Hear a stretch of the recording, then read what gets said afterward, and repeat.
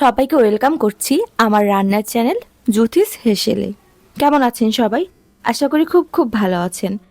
আজ আপনাদের সাথে শেয়ার করতে যাচ্ছি বাসন্তী পোলাও তৈরির রেসিপি। তাহলে চলুন দেখে নিন কিভাবে তৈরি করছি বাসন্তী পোলাও। ট্রেডিশনালি গোবিন্দভোগ চাল দিয়ে এই পোলাওটি তৈরি করা হয়, তবে চিনি গুঁড়া চালের পোলাওটাও চমৎকার হয়। আজ আমি বাসন্তী পোলাওটা চিনি গুঁড়া চাল দিয়ে তৈরি করব। আজ 3 কাপ চিনি গুঁড়া চালের পোলাও রান্না করছি। এতে দিয়ে দিব হাফ কাপ নারকেলের দুধ। আপনাদের কাছে যদি নারকেলের দুধটা না থাকে সেক্ষেত্রে গরুর দুধ বা প্যাকেটের দুধ পানি দিয়ে গুলে ব্যবহার করতে পারেন। এরপর পোলাও চালে দিয়ে দিচ্ছি আদা বাটা 1 টেবিল চামচ, লবণ 1 চা চামচ, হলুদ গুঁড়ো হাফ চা চামচ, গরম মশলা গুঁড়ো হাফ চা চামচ। সমস্ত মশলাগুলো চালের সাথে ভালোভাবে মিশিয়ে নিব।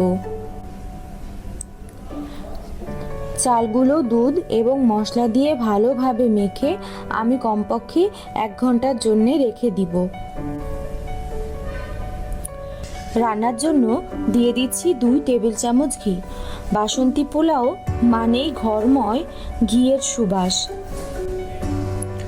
গরম ঘিয়ে দিয়ে দিচ্ছি লবঙ্গ, দারুচিনি এবং তেজপাতা।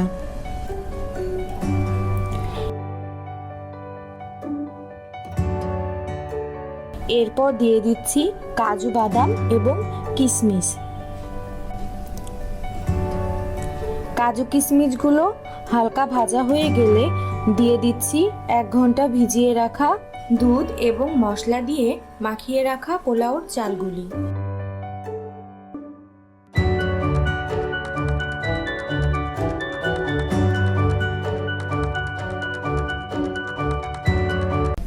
চালগুলো মিডিয়াম আঁচে মিনিট 5 ভেজে নিয়েছি। এখন আমি এতে পানি দিয়ে দিব। আজ রান্না করছি 3 কাপ চালের বাসন্তী পোলাও। এতে দিয়ে দিব 6 কাপ পানি। পোলাওতে পানি দিয়ে দেওয়ার পরে আমি মিডিয়াম এবং লোয়ের মাঝামাঝি চুলার জাল রেখে 8 থেকে 10 মিনিট রান্না করে নিব। 10 মিনিট ঢেকে রান্না করার পরে পোলাওটি প্রায় হয়ে এসেছে। এই পর্যায়ে আমি দিয়ে দিব 1 টেবিল চামচ চিনি। বাসন্তী পোলাওতে অবশ্যই চিনি অ্যাড করবেন, কোনোভাবেই স্কিপ করবেন না, কারণ এই চিনিটাই এই পোলাওর স্বাদ অন্য পোলাও থেকে ভিন্ন করে।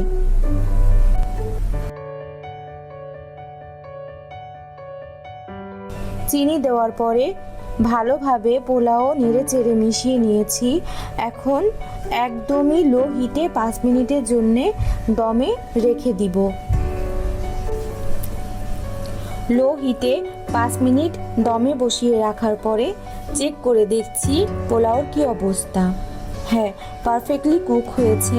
এখন আমি পোলাও চুলা থেকে নামিয়ে নিচ্ছি এবং পরিবেশন করে দেখাচ্ছি আপনাদের। তৈরি হয়ে গেল মজাদার স্বাদের বাসন্তী পোলাও।